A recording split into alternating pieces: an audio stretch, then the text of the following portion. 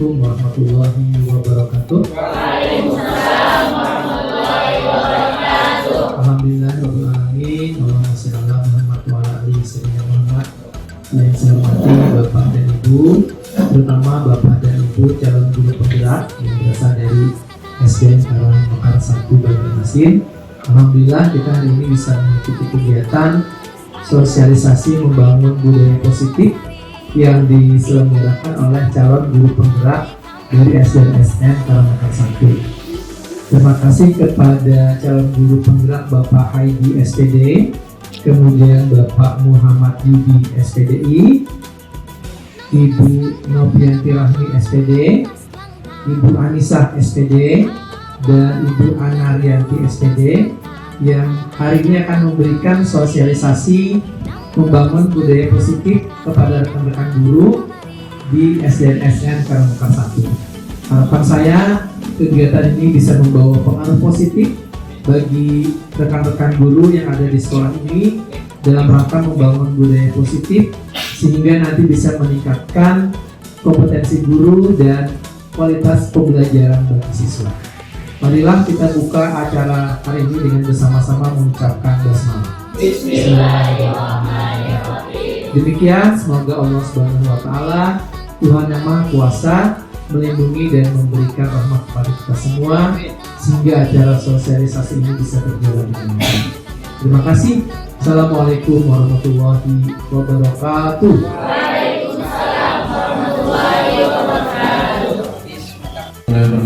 Waalaikumsalam warahmatullahi wabarakatuh. Alhamdulillahirrahmanirrahim. Wassalatu wassalamu ala sayyidina Muhammadin wa ala alihi wasallam ajmain. Dengan syukur pada hari ini kepada Allah dalam berbagai limpahan rahmat dan hidayahnya kita pada hari ini bisa melaksanakan sosialisasi membangun budaya positif bagi calon guru penggerak angkatan ke-7 Kota Banjarmasin tahun 2022. Salam kita aturkan kehadiran junjungan kita dari besar Muhammad SAW untuk sahabat keluarga umat hingga akhir zaman. Atas nama kepala sekolah SDN Karang Mekar 1, kami menyampaikan kepada calon guru penggerak untuk bisa melaksanakan kegiatan tentang sosialisasi membangun budaya positif ini terhadap guru-guru di SDN Karang Mekar 1. Mudah-mudahan dengan apa yang disampaikan semuanya, semua dari TGP yang ada bisa membawa angin segar perubahan bagi guru-guru kita di SDN Karang Mekar 1.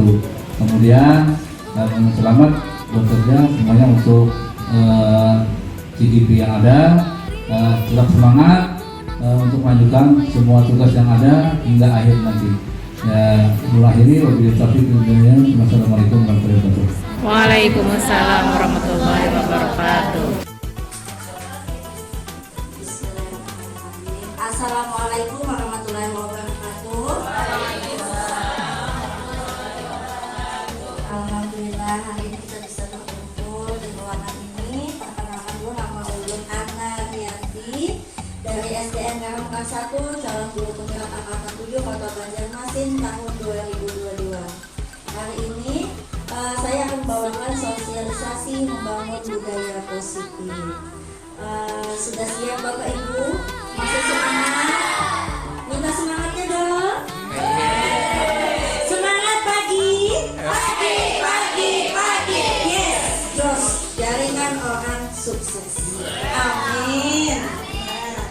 Hari ini judulnya membangun budaya positif. Positif itu yang baik-baik Bapak Ibu. Nah, langsunglah Ulun. Nah, menurut filosofi pendidikan Ki Haji Dewantara, nilai-nilai dan peran guru penggerak ada berbagai macam. Nah, di sini adalah bahasan-bahasan yang akan kita bahas hari ini.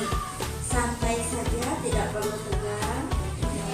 Materinya juga akan terlalu banyak Bapak Ibu ya. Ada peran guru penggerak, ada visi guru penggerak, rancangan perubahan menggunakan konsep kerja, budaya positif, keyakinan kelas, kebutuhan dasar manusia, restitusi dan posisi kontrol. Nah, sebelum itu kita akan bermain dulu ice breaking sebentar. Lakukan apa yang saya katakan. Putar dulu lah. Kenapa ini?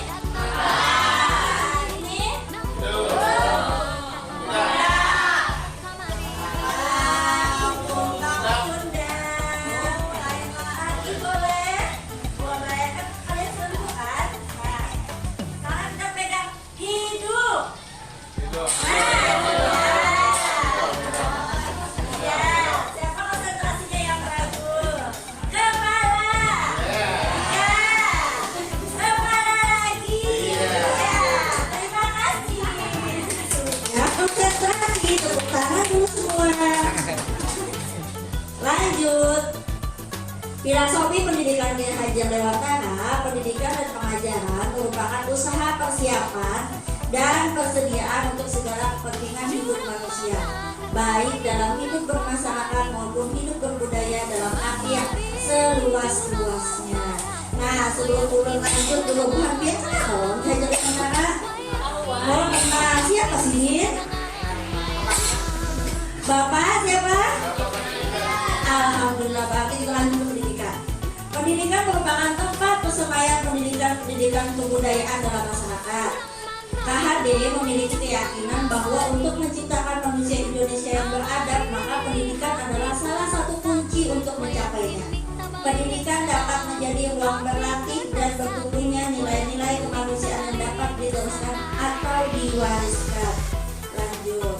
Nah, ini tujuan dari pendidikan. Kelihatan bapak-bapaknya. Nah, tujuan pendidikan menurut KHD menuntut segala kodrat yang ada pada anak agar tercapai keselamatan dan kebahagiaan yang setinggi-tingginya.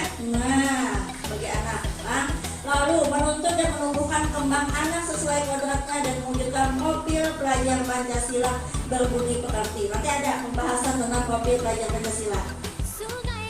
Lanjut lagi. KHD mengibaratkan peran pendidik seperti seorang petani atau tukang kebun. Anak-anak itu tumbuhan yang disemai dan ditanam oleh petani atau tukang kebun di lahan yang telah disediakan. Nah, artinya kalau dia seperti padi, maka tanamlah seperti padi. Kalau seperti jagung, maka tanamlah seperti jagung. Dalam proses menuntun, anak diberikan kebebasan. Nah, namun pendidikan sebagai pamong dalam memberikan tuntunan dan arahan agar anak tidak kehilangan arah dan membahayakan dirinya. Seorang pamong dapat memberikan tuntunan agar anak dapat menemukan kemerdekaan dalam belajar. Artinya walaupun bebas, kita sebagai pamong, sebagai pendidik harus memberikan arahan dan tuntunan, bukan sebebas-bebasnya anak. Ya. Lanjut. Proses pembelajaran yang mencerminkan pemikiran KHD, memerdekakan dan berpusat pada siswa, mengikuti perkembangan zaman. Nah, zaman apa kita sekarang ini? Iya, betul, zaman digitalisasi. Jadi kita jangan sampai ketinggalan, kan? Tidak bertentangan pada nilai-nilai kemanusiaan, membangun pada budi pekerti dan berfokus pada proses bukan hasil. Prosesnya seperti apa?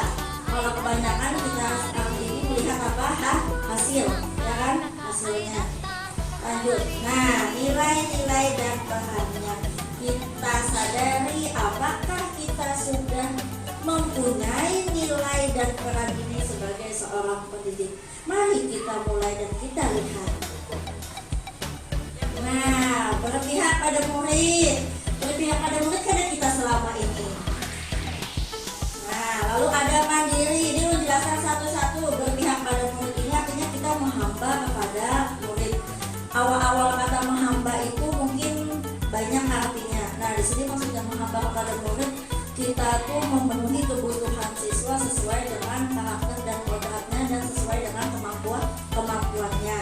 Bukannya kita menghamba seperti tuan dan anak buahnya, bukan. Ya.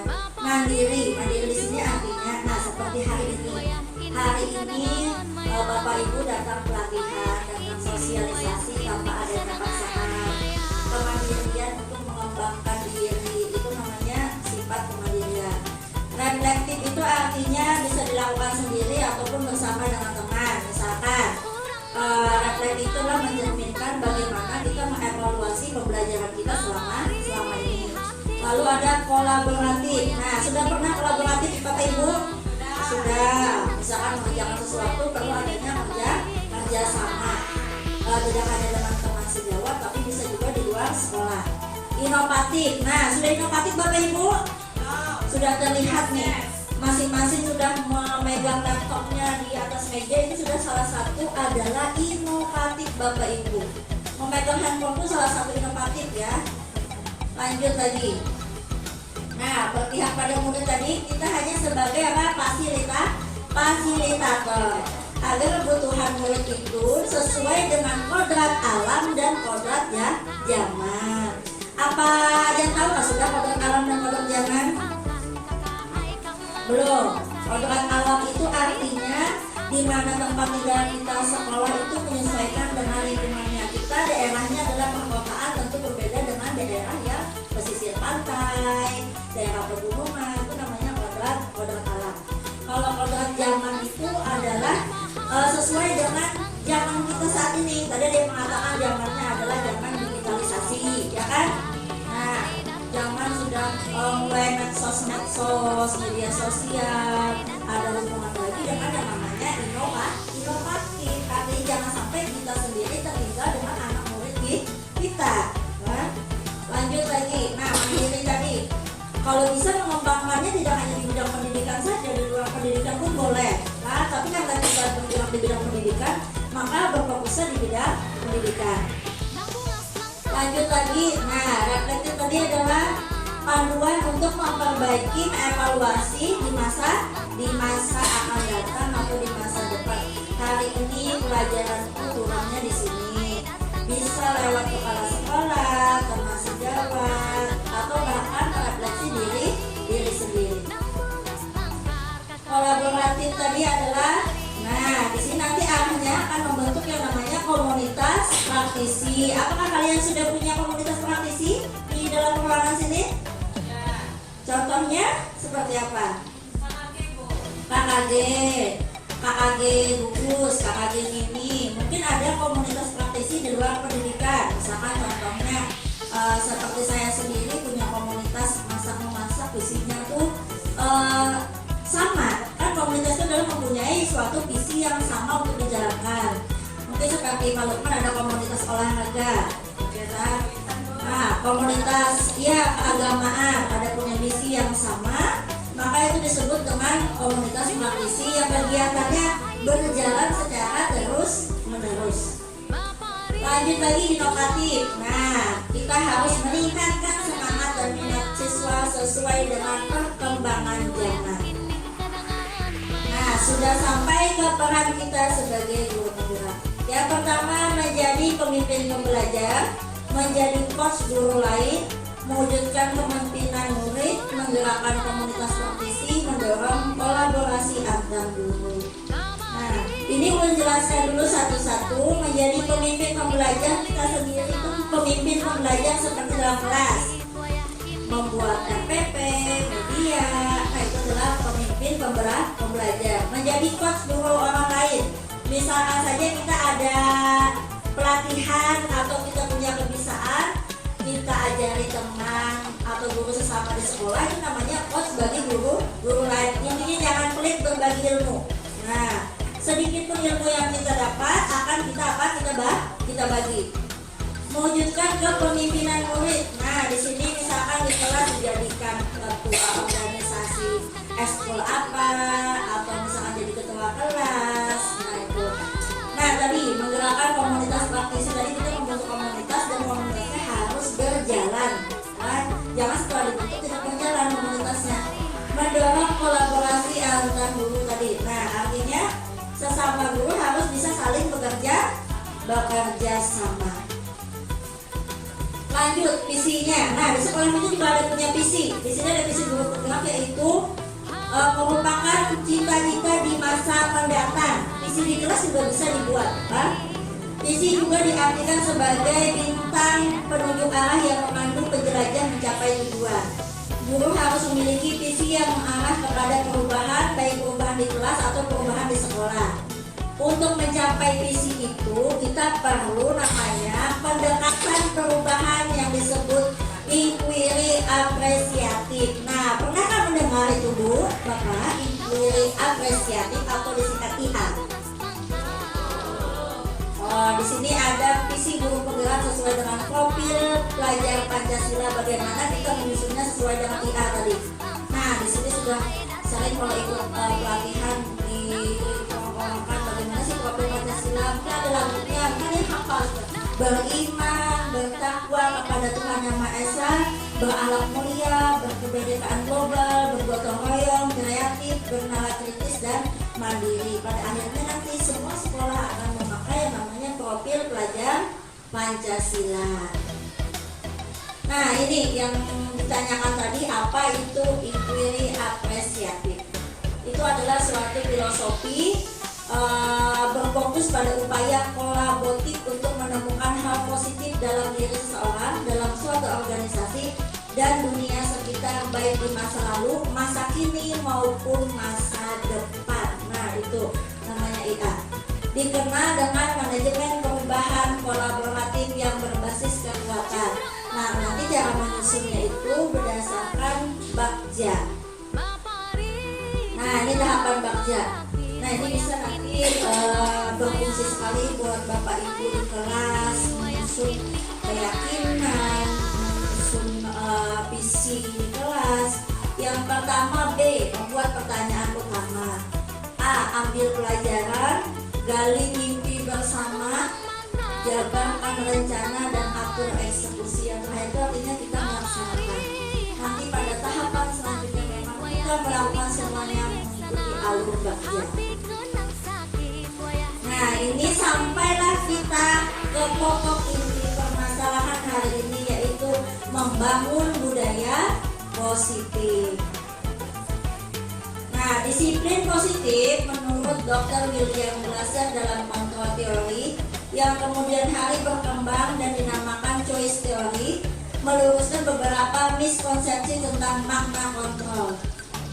Nah, di sini akan diluruskan menurut berbagai macam ilmuwan ya. Pertama, ilusi guru mengontrol murid. Lanjut lagi, yaitu ilusi bahwa semua penguatan positif, efektif, dan bermanfaat. Lalu ilusi bahwa kritik dan membuat orang merasa bersalah dapat menguatkan karakter. Ilusi bahwa orang dewasa memiliki hak untuk memaksa. Benarkah itu semua ilusinya? Benarkah? Apakah orang dewasa memiliki hak untuk memaksa? Tidak. Ilusi supaya disangkal karena miskonsepsi akhirnya diluruskan. Nah, dari stimulus respon diluruskanlah menjadi teori kontrol. Nah, ini yang tadi, yang akhirnya yang tidak benar. Orang dewasa tidak harus memaksakan haknya. Nah, di sini realitas kebutuhan kita sama kebutuhan kita? Tidak, kebutuhan kita berbeda-beda. Semua orang melihat hal yang sama. Apakah kita melihat hal yang sama? Misalkan yang ungu, yang ini, yang saya pegang ini apa? Mungkin melihat apa? Nah, ada yang mengatakan nih, ada yang mengatakan pointer, remote. Nah, artinya kita lihat itu belum tentu semua sama. Lalu kita mencoba mengubah orang dengan pandangan yang sama. Bisakah seperti itu? Tidak. Kita mempunyai pandangan yang berbeda-beda. Orang lain bisa mengontrol saya? Tidak. Artinya orang lain tidak bisa mengontrol kita. Bahkan kita sebaliknya, kita pun tidak bisa mengontrol orang lain. Yang bisa mengontrol kita adalah diri kita sendiri. Ya, saya bisa mengontrol orang lain. Tidak. Pemaksaan ada pada saat bujukan gagal. Nah, saat bujukan gagal. Lalu yang terakhir adalah model berpikir menang atau kalah. Nah, nanti diluruskan dengan teori kontrol yang ada di sebelahnya. Saya lanjut. Nah, di sini makna disiplin. Nanti sampai akhir acara siapkan saja beberapa pertanyaan. Mungkin nanti ada beberapa yang masih belum jelas, bisa nanti ditanyakan. Tapi saya lanjut dulu ya. Makna disiplin. Nah, menurut Bapak Ki Hajar Dewantara tadi, disiplin apa itu disiplin? Disiplin itu di mana ada kemerdekaan, disitulah harus ada disiplin yang kuat. Nah, sungguh pun disiplin itu bersifat self disiplin, yaitu kita sendiri yang mewajibkan kita dengan sekeras-kerasnya. Artinya diri kita sendiri. Tetapi itu tidak sama, sebab jika kita tidak cakap melakukan self disiplin, wajiblah penguasa lain mendisiplinkan diri kita. Dan peraturan demikian itulah harus ada di dalam supaya dapat memerdekakan diri kita. Contoh, kita datang terlambat ke sekolah. Tidak hanya murid saja, kita tidak bisa mendisiplinkan diri kita untuk bangun pagi. Maka siapa yang di atas kita yang menegur kita? Pasti ada di atas lagi yang menegur kita. Contohnya adalah kepala sekolah. Nah, tadi kalau kita mewajibkan diri kita dengan sekeras-kerasnya, maka itu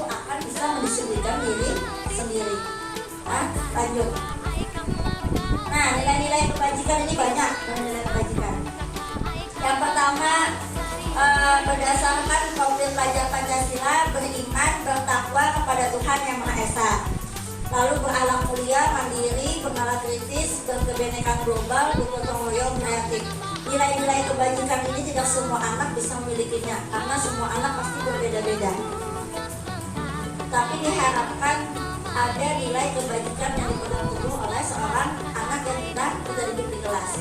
Menurut Ibu, nah di sini ada toleransi, rasa hormat, integritas, mandiri, menghargai, antusias. Nah, tidak semua anak kan punya antusias dalam kelas.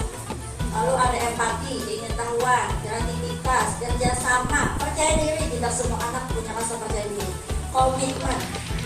Lalu ada 9 pilar karakter: cinta Tuhan dengan ciptaannya, kemandirian dan tanggung jawab, kejujuran, diplomatis, hormat dan santun, dermawan, suka menolong dan gotong royong, percaya diri, kreatif dan pekerja keras.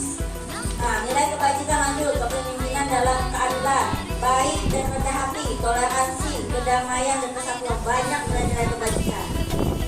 Ini menurut petunjuk seumur hidup dan keterampilan hidup: dapat dipercaya, lurus hati, mendengar yang aktif, tidak merendahkan orang lain, memberikan yang terbaik dari diri. Nah, lanjut lagi: organisasi, kesabaran, keteguhan hati, penghormatan. Nah, memiliki rasa humor. Tidak semua anak memiliki rasa humor. Berinisiatif, integritas, memecah masalah, sumber pengetahuan, tanggung jawab, persahabatan. Menurut The Seven Essential Virtues itu ada empati, suara hati, kontrol diri, rasa hormat, kebaikan, toleransi, keadilan. Nah, di sini yang terakhir adalah proyek nilai-nilai kebajikan The First Project. Banyak ini, bisa Bapak Ibu lihat sendiri ya. Peduli, rajin, nah sampai sudah ke nilai kebajikan. Nah, ini adalah teori motivasi. Ada 3 motivasi perilaku manusia. Nah, motivasi. Yang pertama adalah untuk menghindari ketidaknyamanan atau hukuman, untuk mendapatkan imbalan atau penghargaan dari orang lain, untuk menjadi orang yang mereka inginkan dan menghargai diri sendiri dengan nilai-nilai yang mereka percaya. Itu adalah teori dari motivasi. Nah, ini adalah hukuman, konsekuensi, dan restitusi. Bisa membedakan? Atau sudah pernah mendengar hukuman, konsekuensi, dan restitusi? Pernah? Tidak pernah? Taunya hukuman aja, apa itu konsekuensi, apa restitusi. Kita lihat dan kita mulai bercermin sebagai pendidik, kita itu seperti apa ya. Nah, hukuman merupakan disiplin aktivitas gagal. Berarti hukuman itu bermakna negatif, jangan lagi dilakukan. Disiplin yang bermakna positif ada 2, ada konsekuensi dan ada restitusi. Nah, ini perbedaannya. Nah, kalau hukuman itu menyakitkan, kalau konsekuensi itu sesuatu harus terjadi, tapi kalau restitusi itu pilihan. Anak dan kita pun memilih. Lalu kalau hukuman ada rasa tidak nyaman dalam jangka waktu yang panjang. Kalau konsekuensi itu jangkanya pendek, tapi kalau restitusi malah lebih menguatkan anak dalam jangka waktu panjang. Lalu ada hukuman. Kalau hukuman itu pasti ada korban ketidakadilan. Nah, lalu ada kalau konsekuensi korban bisa diabaikan. Kalau restitusi korban mendapat ganti. Nah, gantinya apa? Nanti lebih jelasnya. Lalu murid akan tersakiti dengan adanya hukuman. Nah, lalu kalau konsekuensi murid atau anak dibuat tidak nyaman. Kalau restitusi anak mendapatkan penguatan. Nah, itu bedanya. Lanjut. Nah, ini hukuman. Kenapa tadi menyakitkan? Kenapa anak jadi korban? Karena hukuman itu bersifat tiba-tiba atau tidak direncanakan. Nah, berpihak hanya satu arah karena guru saja yang memberikan hukuman, tidak ada kesepakatan, baik berupa fisik, psikis maupun anak yang disakiti oleh suatu perbuatan atau kata-kata. Kadang kita sebagai seorang pendidik tidak sadar apa yang kita ucapkan. Nah, lanjut itu kalau hukuman. Kalau konsekuensi disetujui oleh murid dan gurunya. Umumnya dibuat oleh pihak sekolah. Misalkan Senin harus pakai seragam lengkap saat upacara. Anak-anak pasti mengikuti, yang membuat peraturan adalah sekolah. Nah, lalu konsekuensi ini membuat murid tetap diolah tidak nyaman dalam jangka waktu pendek. Lanjut. Nah, konstitusi adalah menciptakan kondisi bagi murid untuk memperbaiki kesalahan mereka sehingga mereka bisa kembali pada kelompok mereka. Misalkan contoh perbedaan hukuman, konsekuensi, dan restitusi. Hari ini ada anak yang pertama anggap aja galuh, tidak mengerjakan PR, langsung dihukum lari 7 kali lapangan. Artinya si galuh adalah korban dari hukuman. Kalau konsekuensinya, maka kita akan bertanya, anak galuh, kamu tidak mengerjakan PR, konsekuensinya apa? Nah, artinya anak sudah tahu. Keyakinan di kelas kita, konsekuensinya berarti tidak mengerjakan PR akan membersihkan WC, misalkan. Kalau restitusinya akan bertanya dulu mengapa si galuh tidak mengerjakan PR, apa solusinya, bagaimana jalan keluarnya, ketiduran alasannya, tidak ada yang membantu di rumah. Lalu kita memberikan jalan keluarnya bagaimana besok-besoknya lagi si galuh tidak lagi melakukan hal yang serupa. Itu namanya restitusi. Nah, lanjut. Nah, ini segitiga restitusinya. Nah, kamu tentu punya atau alasan mengapa melakukan itu. Nah, di segitiganya. Keyakinan kelas apa yang telah kita sepakati? Ada konsekuensi di dalamnya. Tadi, kalau tidak mengerjakan PR apa? Nah, kamu ingin menjadi orang yang seperti apa? Artinya setelah kamu tidak mengerjakan PR, maunya seperti apa besok-besoknya? Nah, seperti orang pasti pernah melakukan kesalahan. Kamu bukan satu-satunya orang yang pernah melakukan kesalahan. Kita semua pasti pernah melakukan kesalahan baik sengaja maupun tidak sengaja. Nah, di sini bahkan penghargaan pun bisa bernilai sebagai hukuman. Mengapa? Ada dalam jangka pendek, ada dalam jangka panjang. Penghargaan tidak efektif. Penghargaan merusak hubungan. Nah, misalkan yang juara 1 dapatkan penghargaan, akan merusak hubungan kepada yang anak-anak tidak mendapatkan penghargaan. Lalu mengurangi ketepatan, menurunkan kualitas. Akhirnya kualitas anak yang tidak mendapat penghargaan akan semakin menurun kalau anak-anak tidak dimotivasi dengan baik. Mematikan kreativitas. Oh, pasti ya ranking 1 itu aja orangnya. Nah, kadang anak berpikir juga seperti itu. Lalu penghargaan merupakan suatu hukuman bagi anak-anak yang tertinggal dengan anak-anak yang lainnya. Nah, jadi kita perlu berpikir kalau kita memberikan penghargaan terhadap anak seperti apa.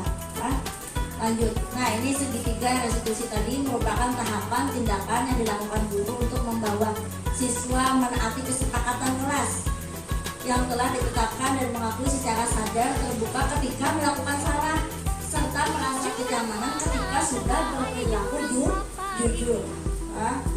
Lanjut. Nah, di sini pendekatannya. Restitusi diri adalah cara yang paling baik. Nah, fokus karakternya bukan tindakan. Nah, lalu menguatkan, fokus pada solusi. Tadi solusinya mengembalikan murid yang berbuat salah pada kelompoknya. Contoh, misalkan ada yang mencuri terus di kelas dibully, akhirnya dia akan dikucilkan kalau kita memberi hukuman. Tapi kalau kita memberikan restitusi, maka dia akan kembali ke kelompoknya dengan adanya penguatan perasaan anak tidak melakukan hal tersebut lagi. Lanjut. Nah, sebuah cara menanamkan disiplin positif bukan untuk menebus kesalahan, tapi belajar dari kesalahan agar tidak terulang kembali. Memperbaiki hubungan, ada tawaran bukan paksaan, menuntun untuk melihat ke dalam diri, mencari kebutuhan dasar yang mendasari tindakan. Maksud di sini, kenapa si anak melakukan seperti itu? Kenapa si anak bisa tidak mengerjakan PR? Kenapa si anak bisa mencuri dalam kelas? Nah, lanjut. Nah, di sini keyakinan kelas. Ibu, Bapak sudah pernah membuat keyakinan kelas? Sudah. Mungkin kita membuatnya di mana? Di awal tahun ajaran, tapi bisa dievaluasi di bulan ketiga atau selanjutnya. Tapi untuk guru bidang mungkin keyakinan atau kesepakatan kelas bisa dibuat saat masuk pembelajaran atau bisa mengikuti dengan keyakinan kelas yang sudah ada. Yang pertama, bersifat lebih abstrak daripada peraturan, rinci dan konkret. Keyakinan kelas berupa pernyataan universal. Nah, di sini bisa dibuat berdasarkan apa tadi? Nilai-nilai kebajikan. Lalu senantiasa pastinya berbentuk apa? Positif. Contoh, jangan membuang sampah sembarangan. Kita ubah dengan kata-kata buanglah sampah pada tempatnya. Nah, di situ. Keyakinan kelas tidak terlalu banyak, panjang, tapi mudah diingat dan dipahami oleh semua warga kelas. Keyakinan kelas adalah dapat diterapkan di lingkungan. Lalu, semua warga kelas hendaknya ikut berkontribusi, artinya semua anak boleh membuat keyakinan kelas. Nah, bersedia meninjau kembali keyakinannya dari waktu ke waktu, boleh diubah, boleh ya. Lanjut, nah ini contoh keyakinan kelas 1, kelas 5, dan kelas 7. Kelas 7 itu SMP. Setiap anggota kelas perlu belajar, nah perlu senang. Kalau senang ini tidak harus kelas 1, kelas apapun belajar harus senang. Kalau kita tidak senang, kita tidak menikmati pembelajaran ya. Harus senang, ada apa ibu? Walaupun pelajarannya susah, seperti matematika misalkan. Intinya harus senang. Kalau kita tidak senang, maka hampalah lingkungan kita. Nah, lalu bersifat positif. Ya kan, kalau kita sudah senang, maka pikiran kita akan positif. Kalau kita senang, akhirnya berpikir, oh matematika sulit, ibunya galak, negatif. Oh ibunya cantik, pelajarannya menyenangkan. Nah itu contoh keyakinan kelas. Intinya belajar harus menyenangkan. Lanjut. Nah ini kebutuhan dasar manusia menurut William Glasser. Bertahan hidup, cinta dan merasa diterima, kebutuhan akan kebebasan, kesenangan dan kekuasaan. Setiap anak memiliki kebutuhan masing-masing. Di kelas kita amati apa sih kebutuhan anak. Nah, lanjut. Nah, di sini posisi kita. Nah, ini adalah pembahasan yang terakhir Bapak Ibu ya. Nah, posisi kontrol kita sebagai guru yang pertama, kita di mana selama ini? Penghukumkah, pembuat merasa bersalah, teman, pemantau atau manajer? Baiklah, saya akan menunjukkan sebuah kasus misalkan. Kasusnya adalah anggap Udin. Udin datang terlambat. Nah, tiba-tiba datang terlambat. Udin, kamu datang terlambat. Berdirilah di tiang bendera dan sambil hormat setelah itu lari memberi lapangan sebanyak 10 kali. Nah, berarti sebagai penghukum. Lalu Udin datang terlambat. Udin, kamu terlambat lagi. Kamu tidak kasihan dengan ibu. Nanti ibu akan dimarahi kepala sekolah. Dikira nanti ibu tidak bisa membina kamu dengan baik. Bagaimana kamu ini Udin? Nah, itu seperti apa? Membuat merasa bersalah. Lalu si anak, aduh, gara-gara aku ibu anak akan dimarahi kepala sekolah gara-gara aku datang terlambat. Nah, lalu kalau teman, Udin, kenapa kamu hari ini terlambat, nak? Berbicara tulus, kasih sayang. Ya bu, saya terlambat. Anaknya pun akhirnya tidak jadi apa kepada ibunya. Kalau kita memposisi sebagai teman. Nah, kita di mana hari ini? Posisi kita di mana? Pemantau. Udin, sudah jam berapa ini, nak? Kamu tahu? Kita belajar mulai jam berapa? Jam 7.30, Bu. Kamu datang jam berapa? Jam 8. Nah, artinya gurunya sebagai pemantau keyakinan sekolah atau keyakinan kelas yang ada, mengingatkan, memantau. Nah, kalau manajer yang terakhir adalah posisi yang paling bagus, paling baik, dan mudah-mudahan kita semua dapat menerapkannya sebagai posisi manajer pada akhirnya. Ya, manajer ini contoh lagi. Udin, kenapa kamu terlambat hari ini, nak? Saya bangun kesiangan, Bu.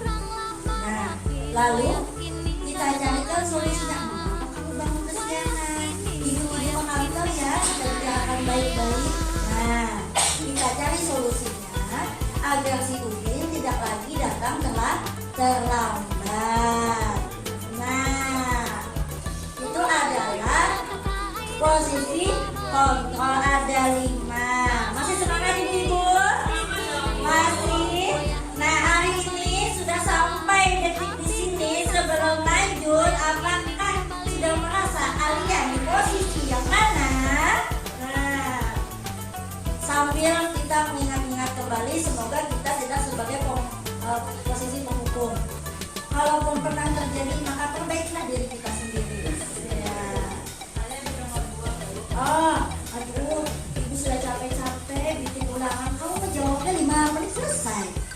Ibu begadang malah tadi bikin soal. Seperti itu ya, Bu ya.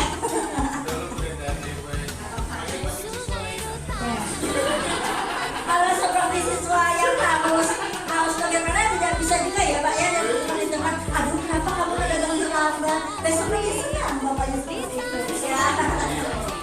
Nah, setelah ini saya akan membuka sesi pertanyaan. Tadi setelah kebutuhan bertahan hidup. Nah, kayaknya cukup sekian. Tapi sebelum saya tutup, saya akan memberikan beberapa pertanyaan untuk kalian. Kita hitungan timbal balik ya. Saya akan bertanya dulu. Masih ingat nggak, Bu? Ada berapa nilai tadi? Ayo, yang ibu senyum-senyum ada berapa? Nilai guru penggerak ada berapa? Yang harus ada dalam diri kita sebagai seorang pendidik. Ya ibu, silakan.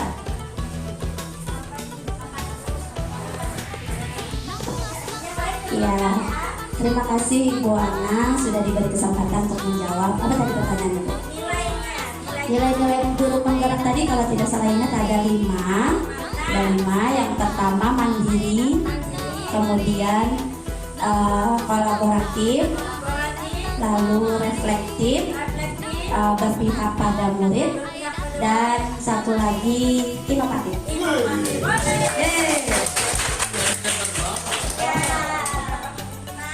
Berarti hari ini pulangnya bawa bekal ilmu ya, alhamdulillah. Lalu diulang lagi, tadi ada perannya. Kita sebagai guru berperan sebagai ada 5. Ada yang ingat 5 itu apa? Oh bisa Bu, ya. Baik, terima kasih Bu Ana. Pemaparan yang sangat bagus ya. Tadi saya menyimak ada 5 peran dari guru penggerak. Kalau tidak salah ya, yang pertama tadi menjadi pemimpin pembelajaran, dan yang kedua menjadi coach guru lain, ya. Yang ketiganya mewujudkan kepemimpinan murid ya Bu. Nah, setelah itu kalau nggak salah tadi menggerakkan komunitas praktisi, dan yang terakhir mendorong kolaborasi antar guru. Ya, kasih. Tidak sia-sia hari ini kita sosialisasi membangun budaya tersebut. Alhamdulillah. Lanjut lagi, apakah ada yang bertanya? Saya buka 2 penanya. Silakan, siapa yang mau bertanya? Di pojok kanan, pojok kiri, tengah. Silakan yang mau bertanya, yang ibu senyum-senyum silakan.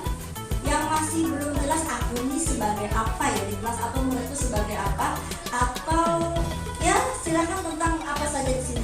Bapak mau bertanya?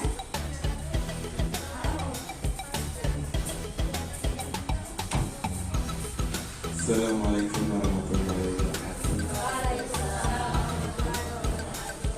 Izin Bu,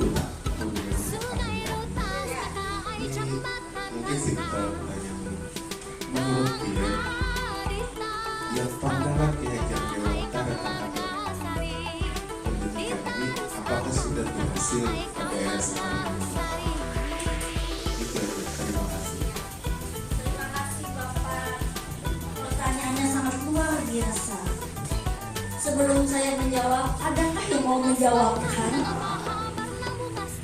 Kita kembali ke awal-awal ya, tentang filosofi Ki Hajar Dewantara tentang pendidikan. Nah, apakah sudah tercapai atau belum? Maka kita kembali ke diri kita masing-masing. Kita sebagai apa? Apakah dalam kelas kita sudah tercapai atau belum? Contoh yang real saja, mengikuti kodrat alam dan kodrat zaman menurut Ki Hajar Dewantara. Nah, di sini anak diberikan kebebasan membawa handphone di kelas pun, anak kadang kita batasi. Itu adalah sebenarnya adalah kodrat zaman. Itu digitalisasi itu tidak bisa dihiraukan begitu saja karena memang kenyataannya seperti itu. Tapi berhasil atau tidaknya kita menggunakan handphone dalam kelas itu kembali ke diri kita. Apakah kita sebagai pamong bisa mengontrol anak dalam penggunaan handphone? Handphone digunakan saat pembelajaran misalkan, supaya kita tuh dapat mencapai tujuan pembelajaran yang mencerminkan anak sebagai memiliki kebebasan dan keselamatan yang setinggi-tingginya. Tapi pada kenyataannya masih ada anak yang menggunakan handphone untuk bermain game saat pelajaran.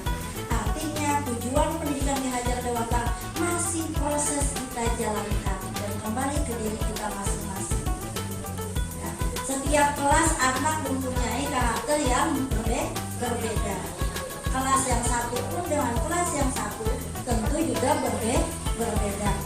Keyakinan kelas yang kita miliki pun boleh berbeda. Contoh nanti misalkan ibu agama masuk, ada kesepakatan kelas sebelum pembelajaran berbeda dengan kesepakatan kelas yang sudah kita tempel. Maka tujuan pendidikan yang akan dicapainya pun juga akan berbeda. Tapi pada akhirnya satu, yaitu adalah mencapai keselamatan dan kebahagiaan anak yang setinggi-tingginya. Makanya tadi intinya kita harus senang dan bahagia. Nah, kalau anak tidak bahagia dalam kelas, selamatnya kita sebagai pendidik. Artinya buatlah kelas kita kelas yang menyenangkan. Salah satunya kelasnya harus bersih, menyenangkan, ya kan? Masa anak belajar di tempatnya yang kotor? Kan tidak mungkin. Nah, ada lagi? Mungkin Bapak bagaimana tanggapannya? Ya, luar biasa. Bagaimana Ibu? Apakah ada pertanyaan lagi?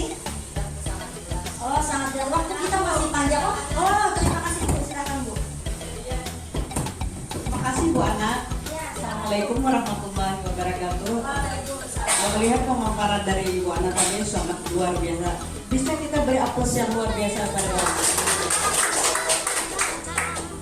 dari beberapa pengalaman yang pernah saya alami, kebetulan di kelas 1 adalah anak ini melakukan kesalahan beberapa kali, dan artian kesalahan yang terulang.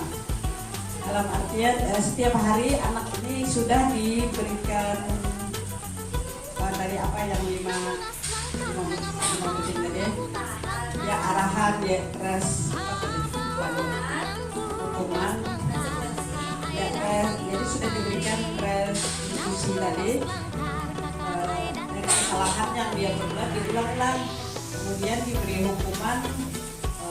Hukumannya sudah baik saja. Hukuman dalam artian hukuman disuruh membaca kembali doa. Istri terlambat Ibu, dan dari orang tuanya sudah kita komunikasikan untuk sementara saya memperlakukan dia sebagai teman kerja mungkin, jadi atau bisa juga sebagai pendidik. Kalau seandainya kamu apa bahasa Indonesia di surat kawan malu, dia mau kayak malu juga. Jadi mungkin ada solusi yang terbaik dari Wana, bagaimana cara kita memberi hukuman kah dalam artian yang seperti kejadian anak ini. Terima kasih Bu. Pertanyaannya luar biasa. Saya kembalikan lagi, apakah teman-teman bisa membantu?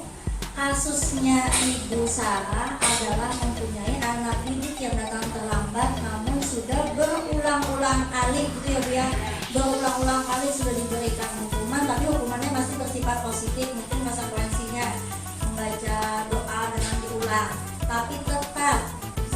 berkomunikasi dengan orang tuanya sudah.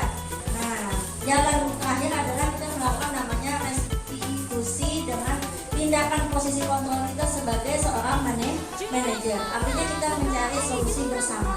Maka panggilan si anak ke kantor. Tidak hanya anak, karena kan tadi ibu sudah berkomunikasi dengan orang tuanya. Panggil orang tuanya, panggil si anak, panggil ibu sebagai pendidik, duduk bersama. Dan satu lagi, bila tadi kita tidak bisa melakukan perubahan yang sekeras-kerasnya terhadap diri kita sendiri, maka ada peraturan di atas yang menolong kita, yaitu kepala sekolah. Nah, lalu kita hadapkan semua, kita cari solusi bersama. Contoh, misalkan anak terlambat akibat rumahnya jauh, artinya si orang tua harus lebih awal mengantar. Tidak hanya si gurunya saja, tapi kerjasama dengan si orang tua agar orang tua juga datangnya lebih awal. Artinya bangun paginya pun lebih awal untuk mengantar anak datang ke sekolah. Itu solusi yang pertama. Contoh misalkan kendaraannya terbatas, harus bergantian dengan si kakak akibat terlambat, maka kita berikan juga kepada orang tua solusinya mana jarak yang lebih dekat untuk diantar yang lebih dulu.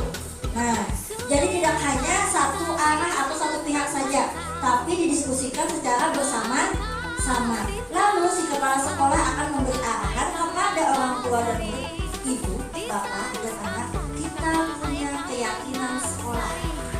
Tidak, karena keyakinan kelas itu kan tidak mempan. Maka kita punya keyakinan sekolah yang disebut kita biasanya adalah tata tertib atau peraturan sekolah. Kita punya keyakinan sekolah. Di sekolah kelas 1 anak-anak masuk jam 7.30. Bagaimana kalau anak itu datang terlambat terus? Nah, seperti itu. Sudah jelas belum, Bu? Bagaimana, Bu? Jelas, Bu? Ya, mudah-mudahan kita bisa berada di posisi manajer yang bisa berkolaboratif dengan kepala sekolah untuk menyelesaikan masalah. Ada lagi pertanyaan mungkin ibu yang ditunjuk? Bu Jana, Ibu Rami, apa ada pertanyaan? Ada Ibu Nisa? Ya, Ibu Rami, silakan Bu. Assalamualaikum warahmatullahi wabarakatuh. Tadi ada penjelasan bahwa penghargaan itu bisa menjadi hukuman jangka panjang bagi anak.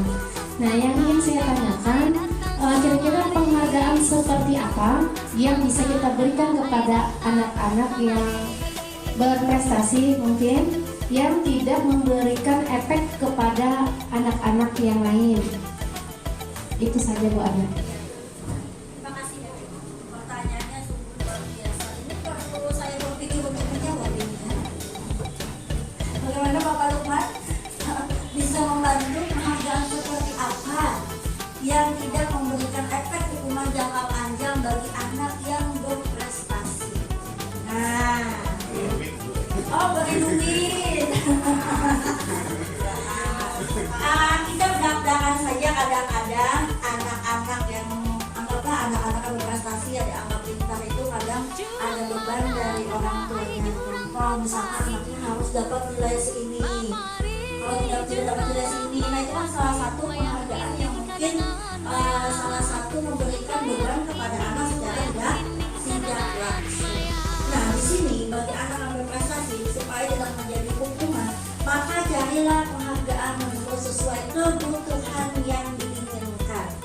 Kebutuhan anak berbeda-beda. Tadi apakah kebutuhan? Tidak perlu hadiah Mas, tapi perlu mama papa menemani saya seharian quality time bersama family. Nah, misalkan jalan-jalan kata ibunya. Itu adalah 5 dasar kebutuhan manusia. Seperti apa ia inginkan. Kalau misalkan kita memberikan penghargaan berupa prestasi yang sertifikat, piala, itu tidak apa-apa. Itu kan sebagai hasil kerja kerasnya. Tapi tadi ada efek jangka panjang dan jangka pendeknya. Anak-anak yang tidak mendapatkan itu akan merasa, kayaknya itu aja nih. Nah, jadi penghargaan yang kita berikan maka harus disesuaikan dengan kebutuhan 5 dasar kebutuhan manusia tadi, Bu. Nah, tadi kan ada penguasaan. Penguasaan itu rasa keakuannya ini. Aku dihargai, aku paling hebat.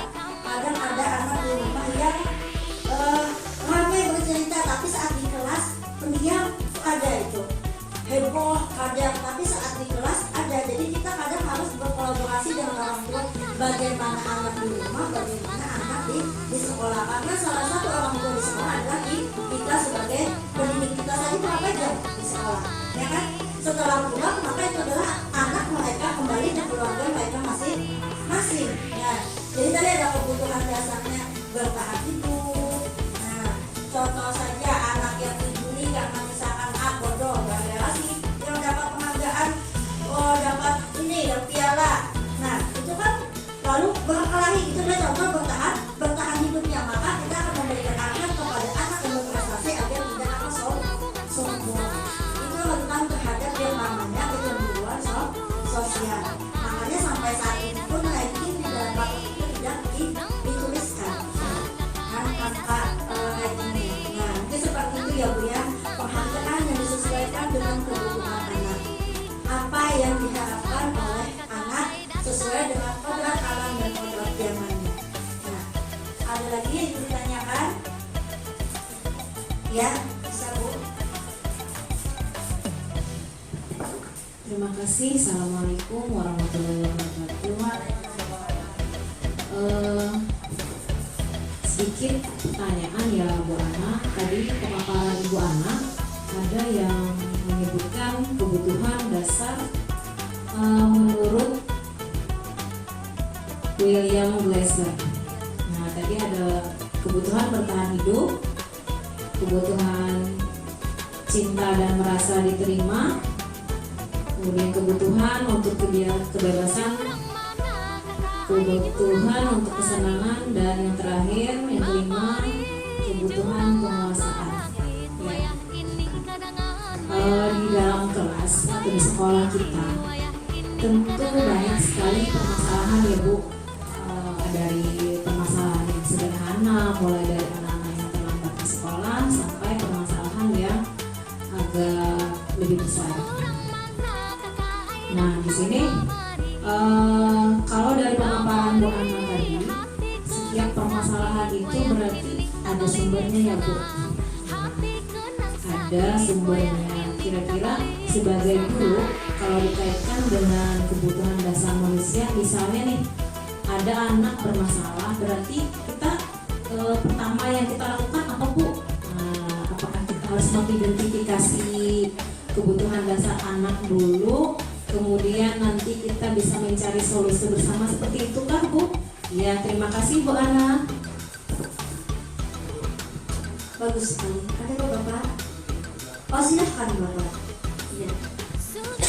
Jadi tadi setiap anak tadi mempunyai permasalahan. Bagaimana kita menyelesaikan masalah sebenarnya tadi sudah makan dari pertanyaan itu juga sudah dijawab dengan yang itu adalah meyakinkan sekaligus kita mencari identifikasi apa itu masalahnya dulu. Artinya kita mencari sumber dari masalahnya. Contoh saja bunyi alarm atau kalau alarm dibunyikan pasti kita merasa pengen bangun pagi. Lalu misalkan sirena ada, itu sirena sebelum masalahnya apa? Ambulan atau kebakaran? Kalau kebakarannya di mana? Nah, jadi bakja itulah yang mengarahkan kita. Makanya kita perlu yang namanya inquiry, apresiatif. Inquiry itu artinya menemukan. Nah, jadi kita harus menemukan dulu masalahnya apa, sumber masalahnya. Seperti kasus yang Ibu Sarah tadi, anaknya sering datang terlambat. Sumber masalahnya apakah anaknya memang tidak bisa bangun pagi atau jarak rumahnya terlalu jauh dari sekolah. Nah, setelah kita menemukan masalah, maka kita akan mencari solusinya. Nah, seperti itu Bu. Ya, apa ada lagi pertanyaan? Kalau tidak, bisa saya tutup sesi sosialisasi pada hari ini. Sudah Bapak Ibu? Sudah cukup jelas? Nah, jadi kesimpulan yang akan kita ambil pada hari ini adalah kita sebagai seorang pendidik harus mempunyai nilai dan peran sebagai guru penggerak. Nilai-nilainya tadi ada 5, perannya juga tadi ada 5. Dan kita harus membangun yang namanya budaya positif yang dimulai dari mana Bapak Ibu? Dari diri kita sendiri. Kita sebagai pamong, kita sebagai teladan harus memberikan contoh kepada anak. Anak sudah memiliki karakter yang kuat, kita tinggal mengarahkan agar kebebasan itu tidak sebebas-bebasnya, tidak terlewat arah yang tidak diinginkan. Jadi budaya positif yang kita bangun tadi harus berdasarkan nilai-nilai kebijakan yang sudah ada. Saya jelaskan beberapa nilai-nilai kebijakan yang ada, yang pada umumnya kita kenal adalah nilai kebijakan mobil pelajar Pancasila. Nah, saya kira saya cukupkan untuk sosialisasi hari ini. Kita bersama-sama mengucapkan hamdalah, alhamdulillahirabbil alamin. Sosialisasinya berjalan lancar dan mudah-mudahan membawa ilmu yang bermanfaat bagi Bapak dan Ibu semua. Salah dan hilaf yang secara sengaja maupun tidak sengaja, saya ucapkan terima kasih dan mohon maaf yang sebesar-besarnya. Saya tutup sosialisasi membangun budaya positif hari ini. Wassalamualaikum warahmatullahi wabarakatuh. Salam dan bahagia. Tetap semangat Bapak Ibu. Ya, semangat memajukan anak bangsa. Bagus sekali senyum ibu yang di belakang ruang ini. Iya, semangat Bu. Makasih.